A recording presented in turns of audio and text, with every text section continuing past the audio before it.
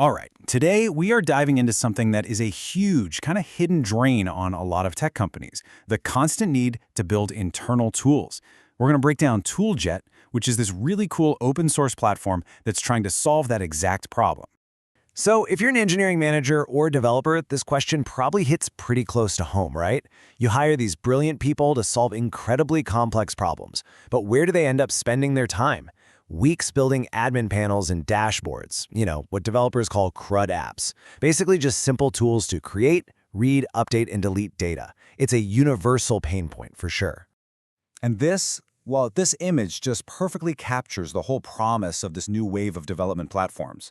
The idea is to take that tangled, super time-consuming mess of building internal software and just straighten it out, make it a clear, direct path. Because the core idea is simple. There's got to be a better way. So, to really get the solution, we first have to put a name to the problem. And it's something we can call the internal tool bottleneck. This isn't just about wasting time. It's about opportunity cost. Think about it.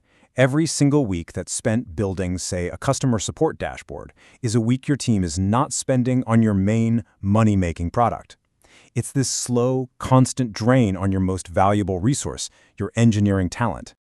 And that brings us right to the hero of our story today, ToolJet. It is designed specifically to break that bottleneck wide open. And here it is, the core promise, turning development timelines from weeks into minutes. Now, the goal here isn't just about being a little bit faster. It's about completely changing the development cycle.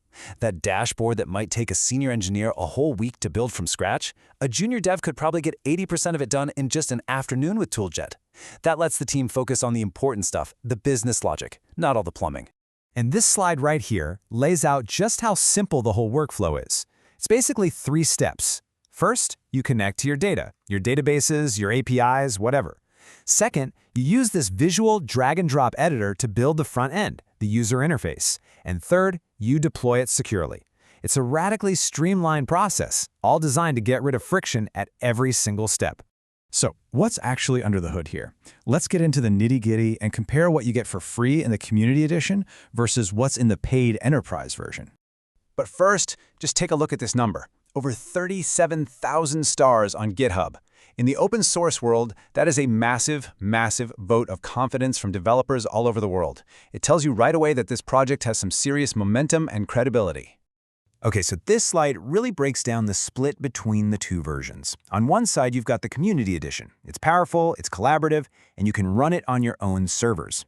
Then, on the other side, you have the Enterprise tier, and this is where AI comes into play. Things get really futuristic here.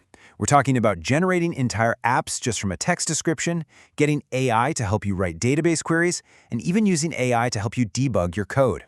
And beyond just the big headline features, there are some real gems hiding in here. What I think is really cool is the multiplayer editing. It lets your team build an app together in real time, just like you would in Figma. The data privacy proxy? That's a huge win for security, because it means ToolJet never actually stores your database's data. And having a built-in, no-code database is just perfect for getting projects off the ground instantly. Now, for all the developers watching, these charts shows you that ToolJet is built on a really modern, familiar tech stack. It's mostly JavaScript and TypeScript, which means it's super extensible and fits right into the way we build for the web today. All right, let's get real for a minute. No product is perfect, and it's always important to have a balanced view. So let's talk about some of the potential drawbacks. Because honestly, it's in the nuances where you really figure out if a tool is the right fit for your team. So here are the 2 big ones. First, that open source AGPL license. Yeah, for some large companies with really strict legal teams, that can be a complete non-starter, and that kind of pushes them toward the commercial enterprise license. Second, this is where the low-code promise hits reality.